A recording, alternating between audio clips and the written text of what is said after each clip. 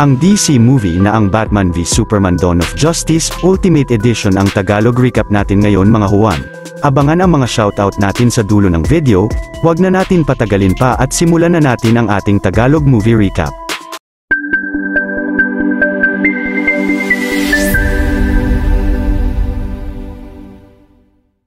Matapos manood sa sinehan ng batang si Bruce Wayne kasama ang mga magulang niya ay may biglang humarang na lalaki sa kanila at tinutukan sila ng baril. Sinubukan na labanan nito ni Thomas Wayne subalit mabilis na nabaril siya ng lalaki.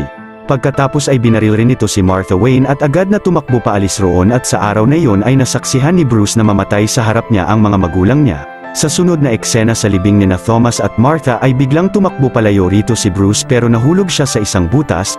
Dito ay napanaginipan ni Bruce na pinuntahan siya ng napakaraming mga paniki at nilipad siya pabalik sa taas. Napunta na ang istorya sa panahong inatake ni General Zod ang Metropolis at si Bruce ay tinawagan ang isang tauhan niya na si Jack sa kanilang Wayne Financial Tower upang palikasin na ang mga empleyado roon. Matapang na nag-drive naman si Bruce sa mga kalsada ng Metropolis kahit pa maraming nagbabagsakan ng mga debris sa mga gusali, subalit sina Superman at Zod ay tumalsik sa Wayne Tower at nakita ni Bruce na winasak ito ng heat vision ni Zod. Si Jack naman sa loob ay naiwan na nagdasal na lang at gumuho na ang buong gusali nila. Tumakbo papalapit sa gumuhong building si Bruce at nakita niya ang isa pang empleyado niya na si Wallace Keefe na nabagsakan ng malaking bakal ang mga paa at kasama ang ibang tao roon ay naalis nila siya dito. Pagkatapos ay mabilis na niligtas ni Bruce ang isang bata na mababagsakan ng debris at nasabi nito na ang ina niya ay nandun sa nawasak na Wayne Tower. Ilang saglit ay nakita ni Bruce sina Superman na naglalaban sa ere at galit na sinisi niya ito sa libu-libong namatay na mga tao sa Metropolis. Makalipas ang 18 buwan, ang grupo ng mga diver ay nakadiskubre ng kakaibang bagay sa ilalim ng tubig ng Indian Sea malapit sa nawasak na world engine ni General Zod at binigay ito sa tauhan ng LexCorp at ito pala ay ang berdeng bato na ang Kryptonite. Sa sunod na eksena sa Nairobi, Africa, si Lois Lane ay sinalubong ng photographer na si Jimmy Olsen at pagsakay nila ng isang kotse roon ay tinakpan ang mga ulo nila pagkatapos ay dinala sa leader ng mga terorista na si Amedja na may private security contractors. Nagsimula na ng interview si Lois sa leader habang ang isa sa mga private security na si Anatoly Kanayev ay chinek ang kamera ni Jimmy at nakakita rito ng tracker ng CIA. Nagalit si Amedja kay Lois pero sinabi ni Jimmy na ginamit lang nila siya upang matunton ang lokasyon ng base nila. Ngunit ang leader ay binaril si Jimmy at ang CIA ay nagpadala ng elite squad sa lokasyon ng mga terorista pagkatapos ay nag-release ng military drone. Ilang saglit ay pinasok ni Amedja si Lois sa kanilang base subalit si Anatoly at ang mga kasamahan niya ay mabilis na pinatumba ang lahat ng mga tauhan ni Amedja sa labas at nang narinig ito ng leader ay agad na ginawa niyang hostage si Lois. Pagkatapos ay sinunog ni Anatoly ang katawan ng mga tauhan ni Amedja at agad na umalis sila sa lugar. Mabilis na pinigilan at winasak naman ni Superman ang missile pati ang drone ng CIA at si Amedja na hostage si Lois ay mabilis na inatake rin niya.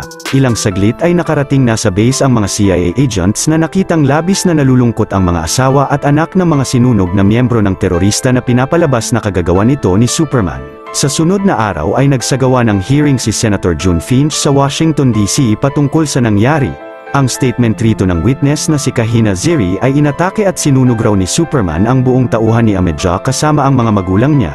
Dahil rito ang senator ay napagdesisyonan na si Superman ang responsable sa nangyari at planong papuntahin siya roon. Kinagabihan sa Gotham City, ang dalawang pulis ay rumesponde sa isang bahay kung saan nagaganap ang malaking human trafficking. Dahil sa gulat ay pinagbabaril ng pulis si Batman pero agad na nakaalis siya roon at iniwan na nakagapos ang kriminal na si Cesar Santos at nilagyan pa niya ito ng bat brand sa dibdib. Kinaumagahan si Lois sa apartment nila ay napansin na natamaan ng bala ng baril ni Anatoly ang notebook niya at tinabi ito.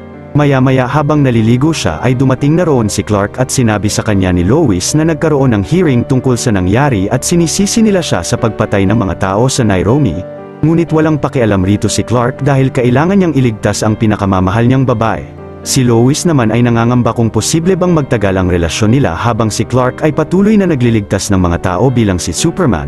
Pero si Clark ay nilublob ang sarili sa tub at sinimulan halikan si Lois at nagkaroon sila ng mainit na pagmamahalan rito.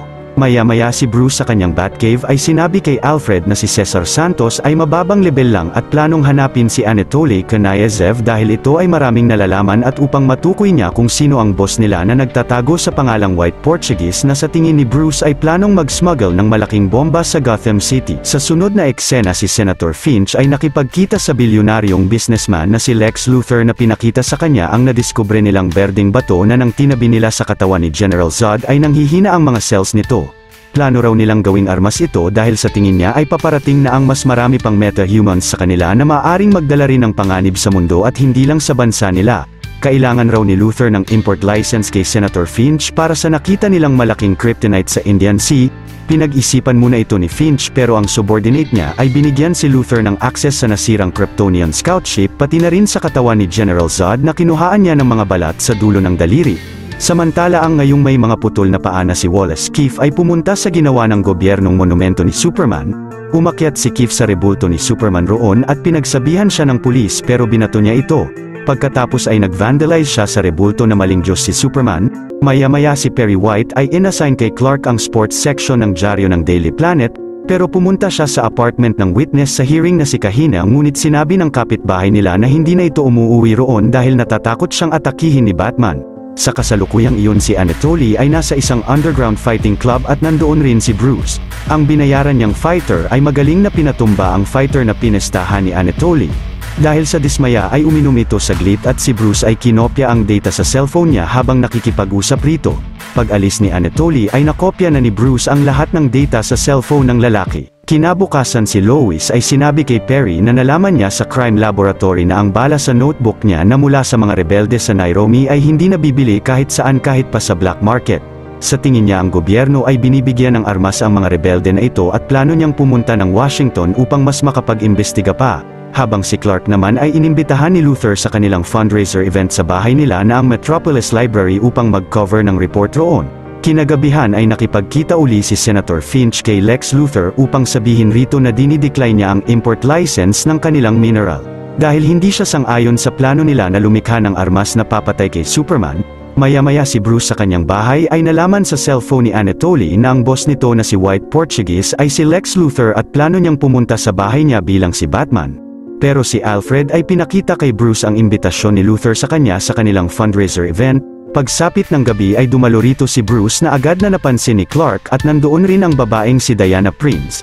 Habang nagbibigay ng speech si Luthor ay nagsimula na si Bruce mag-imbestiga sa lugar sa tulong ni Alfred pero si Clark ay naririnig ang usapan nila.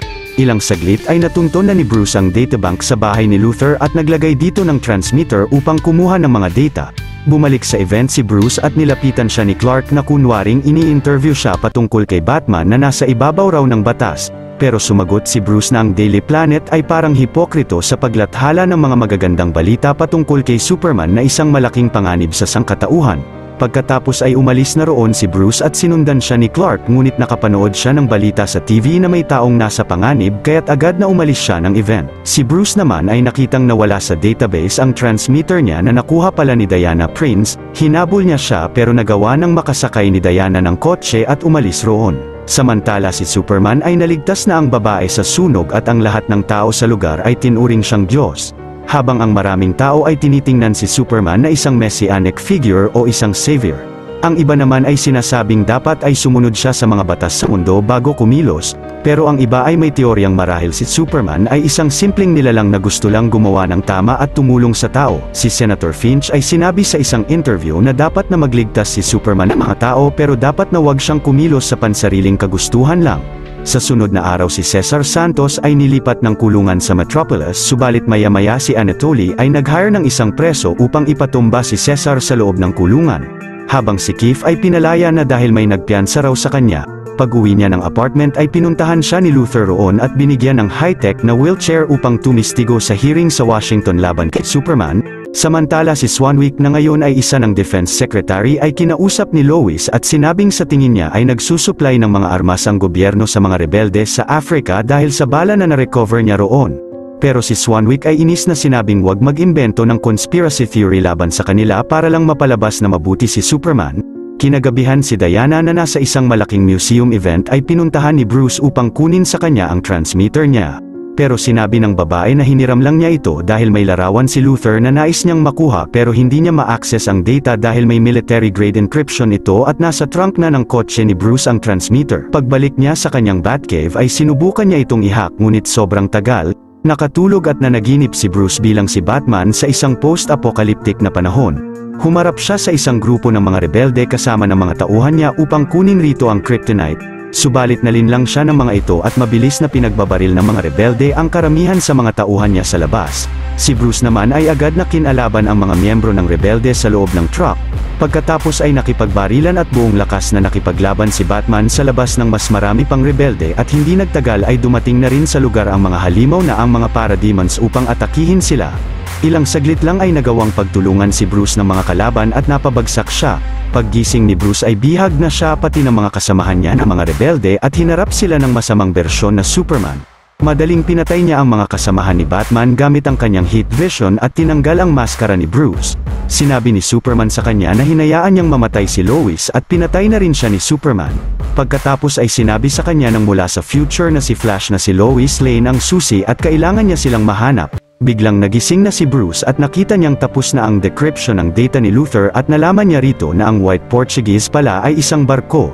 Sinabi niya ito kay Alfred at nalaman pa ni Bruce na plano ni Luther na gamitin ang barko upang mag-smuggle ng kryptonite na kayang pahinain ang mga cells ng Kryptonian na si Superman. Napagdesisyonan naman ni Bruce na kunin ito kina Luther at gamitin upang tapusin si Superman dahil sa mga libu-libong tao na namatay ng dahil sa kanya na maaaring maging milyon pa sa susunod. Sumagot si Alfred na hindi nila siya kalaban pero nasabi pa ni Bruce na sa ngayon hindi nila siya kalaban. 20 years na siyang Batman sa Gotham at nakita nilang konti lang ang mga taong nanatiling mabuti. Sa kasalukuyan na iyon si Clark ay nakatanggap ng mga litrato ni Santos na pinatumba sa kulungan dahil sa Bat brand sa dibdib niya at lumalabas na si Batman ang naghahatol ng kamatayan sa mga kriminal sa kulungan sa pag-iwan niya ng mga marka sa kanila. Pagkatapos ay pumunta siya sa kulungan sa Metropolis kung saan dinala si Santos at nakaharap niya dito ang asawa ng lalaki na may labis na galit kay Batman na tila nagbigay ng hatol ng kamatayan sa asawa niya at sinabing kamaulang ang makakapigil rito. Pagsapit ng gabi ang White Portuguese ay nakarating na sa daungan ng Metropolis at binaba na dito ang kryptonite, pero nandoon na si Batman at nang nalagay na sa truck ni Anatoly ang mineral ay nilagyan niya ito ng tracker. Umalis na sina Anatoly sa daungan at lumabas si Batman roon sakay ng kanyang Batmobile at binangga ang isang kotse ng kalaban. Hinila ni Bruce ito at pinatalsik sa isa pang kotse ni Anatoly ngunit ang isa pang kotse ay pinagbabaril siya ng machine gun. Madaling napasabog ito ni Batman sa daan at patuloy na hinabol niya sina Anatoly hanggang ang isang kotse nila ay bumangga sa isang oil truck na sumabog ng malakas. Pagkatapos ay biglang lumabas si Batman sa ibabaw ng truck ni Anatoly na kinawasak ng bubungan ng sasakyan nila. Si Anatoly naman ay inatake si Batman ng rocket launcher pero pinasabog niya ito sa ere gamit ang flares niya.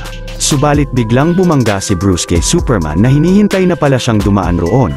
Winasak ni Clark ang pinto ng Batmobile ni Bruce at sinabing itigil na ang pagiging hero vigilante niya at i-consider na naawa siya sa kanya sa hindi pagpatay ni Superman sa kanya. Tinanong naman siya ni Batman kung dumudugo ba siya pero agad na umalis na roon si Clark. Sa sunod na eksena sakay ng wasak na Batmobile ni Batman ay bumalik na siya ng Batcave at nalaman niya rito gamit ang transponder niya ay nadala na sa LexCorp Research Park ang kryptonite. Samantala si Lois ay inabot kay Secretary Swanwick ang bala dahil alam niyang hindi ito naniniwala na masama si Superman. Kinaumagahan si Senator Finch ay inanunsyo sa publiko na iniimbitahan niya si Superman sa kanilang hearing sa Washington upang malaman ng lahat ang panig niya patungkol sa nakaraang nangyaring krimen. Sa sunod na araw si Kahina Ziri sa bus ay nakita si Anatoly sa tapat ng apartment nila pagkatapos ay pumunta siya sa opisina ni Secretary Finch upang aminin na hindi totoo ang mga nasabi niya sa hearing. Agad na sinabi ito ng senador sa kanyang subordinate na binayaran at pinagbantaan lang ni Luther si Kahina upang tumistigo laban kay Superman. Samantala si Lois ay nakipagkita uli kay Swanwick at nalaman niya na ang bala ay galing sa LexCorp at ang mga rebelde sa Africa ay ang kanyang private security contractors. Ang ambush roon ay upang palabasin na kagagawan yun ni Superman dahil alam ni Luther na darating siya sa lugar para sa kanya. Maya-maya si Kahina ay walang kamalay-malay na sinusundan na pala siya ni Anatoly at nang pasakay na siya ng tren ay mabilis na tinulak siya rito ng lalaki. Hindi nagtagal ay pumunta na si Superman sa hearing sa Washington DC at humarap sa mga senador rito at nandoon si Keith upang maging witness laban sa kanya. Subalit habang nagbibigay ng speech si Senator Finch ay napansin niyang may masamang plano roon si Luther. Biglang sumabog ang wheelchair ni Keith na umabot ang impact sa malaking parte ng gusali at nasawi ang lahat ng nasa silid. Maya-maya ay tumulong si Superman maglabas ng mga sugatan sa insidente at nakita niyang sobrang daming nasaktan at mga namatay sa pagsabog mula sa kabilang mga silid. Pagkatapos ay mabigat ang kalooban na umalis si Clark roon. Pagsapit ng gabi ang LexCorp Research Park ay nagtamo ng malaking damage at pagpunta rito ni Luthor ay nalaman niyang kagagawan nito ni Batman at kinuha pa ang kanyang malaking kryptonite. Samantala si Clark ay nakipagkita kay Lois na labis na nagsisisi na hindi niya nakita ang bomba sa hearing upang pigilan ito at plano ng tumigil bilang si Superman. Pero si Lois ay sinabihan siyang kailangan niyang maging inspirasyon ng pag-asa sa maraming tao at lumipad paalis roon si Clark. Sa kasalukuyan ay yun si Luthor ay ginamit ang balat ng mga daliri ni Zod upang gawing fingerprint sa pag-access ng Kryptonian Scout Ship at inactivate ang system nito na naglalaman ng data mula sa libo-libong mga mundo at pinag-aralan niya ito.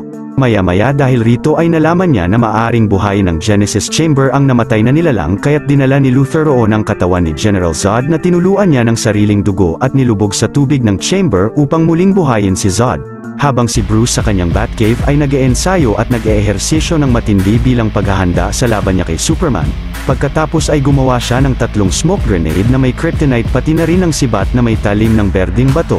Ilang saglit ay in-access uli ni Bruce ang data ni Luthor at nadiskubre rito ang Meta-Human folder at nakita niya ang litrato ni Diana Prince bilang si Wonder Woman noong 1981 sa Belgium. Kinaumagahan ay nabalita sa TV na sa tingin ng maraming tao ay involved si Superman sa pagsabog dahil hindi niya raw ito pinigilan. Maya-maya si Lois ay nag-imbestiga sa apartment ni Keith at nalaman niyang hindi nito alam na mamamatay siya dahil bumili pa si Keith ng mga grocery. Pagkatapos ay tinawagan siya ng kaibigan niya sa crime laboratory na ang loob ng wheelchair ni Keith ay gawa sa LED. Na-realize ni Lois na ito ang dahilan kaya hindi nakita ni Clark ang bomba sa wheelchair. Pagsapit ng gabi habang nasa trabaho si Martha Kent sa Smallville ay biglang dinukot siya ng mga tauhan ni Luthor. Samantala si Batman habang suot ang kanyang bagong mech suit sa abandonadong port ng Gotham City ay tinarak roon ang kryptonite spear niya at pinailaw ang malaking bat signal niya sa kalangitan. Maya-maya si Anatoly ay nagpanggap na janitor sa gusali ng Daily Planet at dinukot naman niya rito si Lois Lane. Dinala niya siya sa tuktok ng LexCorp kung nasaan si Luthor at sinabi niya kay Lois na nakaisip siya ng paraan upang mahanap si Superman. Pagkatapos ay mabilis na tinulak niya ang babae sa gusali na agad niligtas ni Clark sa ere at binaba niya siya sa syudad. Hinarap ni Superman si Luthor at sinabi nito sa kanya na alam niya ang tunay na identity ni Superman na si Clark Joseph Kent o si Kal-El. Plano niyang ipakita sa lahat kung gaano kasama si Superman at gusto niyang kalabanin niya si Batman sa Gotham City. Pagkatapos ay sinabi ni Luthor na kakalabanin niya si Batman dahil bihag nila ngayon si Martha na plano nilang sunugin. Kapag pinatay raw siya ni Superman ay papatayin rin ng mga tauhan niya si Martha pero kapag napatay niya si Batman ay hindi mapapahamak ang ina niya. Binigyan ni Luthor si Clark ng 1 oras upang gawin yun ngunit sa pag-uusap nila ay wala ng 1 oras ang nalalabi. Samantala sina Anatoly sa isang abandonadong warehouse ay naglagay ng orasan sa tapat ni Martha. Ilang saglit ang Heroes Park kung nasaan ang Kryptonian Scout Ship ay naglabas ng napakalakas na kuryente sa paligid. Si Clark naman ay sinabihan si Lois na kailangan niyang pumunta ng Gotham at kumbinsihin si Batman na tulungan siya kundi ay kailangan niya siyang patayin. Sa kasalukuyan ay yun si Diana na nasa isang hotel room ay natanggap ang email ni Bruce na naglalaman ng litrato niya pati na ang Meta-Human folder ni Luthor. Nakita ni Diana rito si Barry Allen na may super speed ability. Si Dr. Silas Stone na gamit ang kapangyarihan ng Mother Box ay binuhay ang anak niya na si Victor Stone, at ang lalaking si Arthur Curry sa ilalim ng karagatan ng Atlantic Ocean.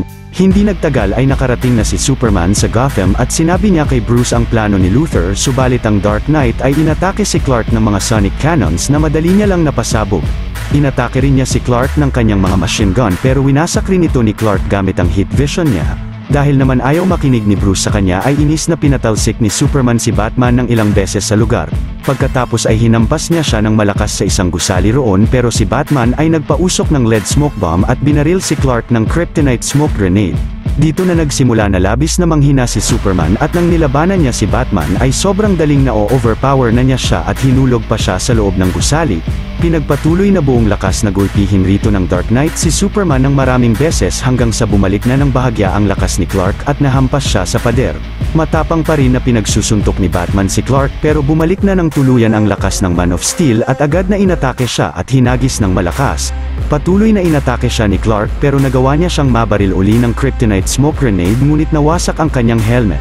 Nang hinauli rito si Clark at galit na pinalo ni Bruce sa kanya ang isang lababo roon at hinulog siya sa gitna ng abandonadong gusali, pagkatapos ay malakas na hinampas ni Batman si Superman sa maraming poste. Samantala si Lois ay sinabihan si Perry na kailangan niya ang chopper nila upang pumunta ng Gotham. Si Bruce naman ay kinuha na ang kryptonite spear niya at gamit ito ay sinugatan niya ang mukha ni Superman. Ilang saglit si Lois ay nakababa na ng lugar kung nasaan sina Clark at nang tatapusin na ni Batman si Superman ay sinabi niyang huwag niyang hayaan na mamatay si Martha. Nagtaka rito si Bruce at inakalang ginagamit lang ni Superman ang pangalan ng kanyang ina na si Martha Wayne at tinanong sa kanya kung bakit niya nasabi ito. Hanggang sa dumating na roon si Lois na agad sinabing si Martha ang adoptive na ina ni Clark. Labis na ikinagulat ito ni Bruce at inis na tinapon niya ang sibat dahil na-realize na niyang hindi panganib sa sangkatauhan si Clark. Sinabi naman ni Superman na si Luthor ay gustong papatay siya sa kanya kapalit ng buhay ng ina niya. Nasabi ni Lois na si Lex ay malamang ay nasa scout ship kaya't nagkakaroon ng malaking power surge roon. Naisipan ni Bruce na papuntahin si Clark sa scout ship at pinangakuan niya siya na ililigtas ang ina niya na si Martha. Pagkatapos ay sumakay na si Bruce ng kanyang Batwing jet at si Clark ay lumipad na paalis ng Gotham. Si Alfred ay agad na nahanap ang lokasyon ni Anatoly mula sa cellphone nito at agad na pinuntahan ito ni Bruce habang si Lois ay tinapon sa kalapit na lawa ang kryptonite spear. Sa kasalukuyan na iyon si Anatoly ay naghanda na sunugin si Martha pero nakarating na roon si Bruce at agad na pinasabugan ang mga kasamahan nito sa labas. Pagkatapos ay pumasok na ng warehouse ang Dark Knight at si Alfred ay kinontrol na ang Batwing jet niya. Ang mga kasamahan ni Anatoly sa loob ay nag-aabang na kay Batman pero biglang lumabas siya sa ilalim nila at pinasabog ang mga baril nila. Magaling na nakipaglaban si Batman sa lahat ng mga private security army rito ni Luthor gamit ang kanyang high-level combat skill at ng mga high-tech na gadgets niya. Habang sina Anatoly ay nakaabang sa kabilang kwarto kasama si Martha, patuloy na nakipaglaban ng buong lakas at galing ang Dark Knight sa mga kalaban sa loob ng warehouse hanggang sa nagawa na niyang mapatumba ang lahat ng mga ito. Ang lalaking kasama ni Anatoly sa kabilang silid ay mabilis na inatake ni Bruce at binaril niya ang gas tank sa likod ni Anatoly at agad na niligtas rito si Martha. Si Superman ay nakarating na sa scout ship pero si Luthor ay nirelease na mula sa Genesis Chamber ang dambuhalang halimaw na nalikha niya na si Doomsday. Agad na kinalaban ito ni Superman pero mabilis na pinatalsik siya ni Doomsday sa labas ng gusali.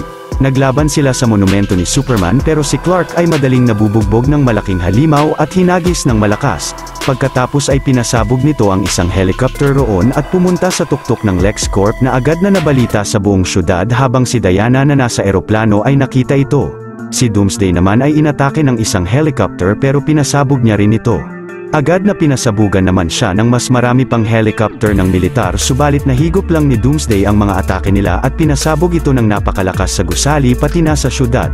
Mabilis na inatake ni Superman ang malaking halimaw at nilipad sa kalawakan habang patuloy na pinagsusuntok ito.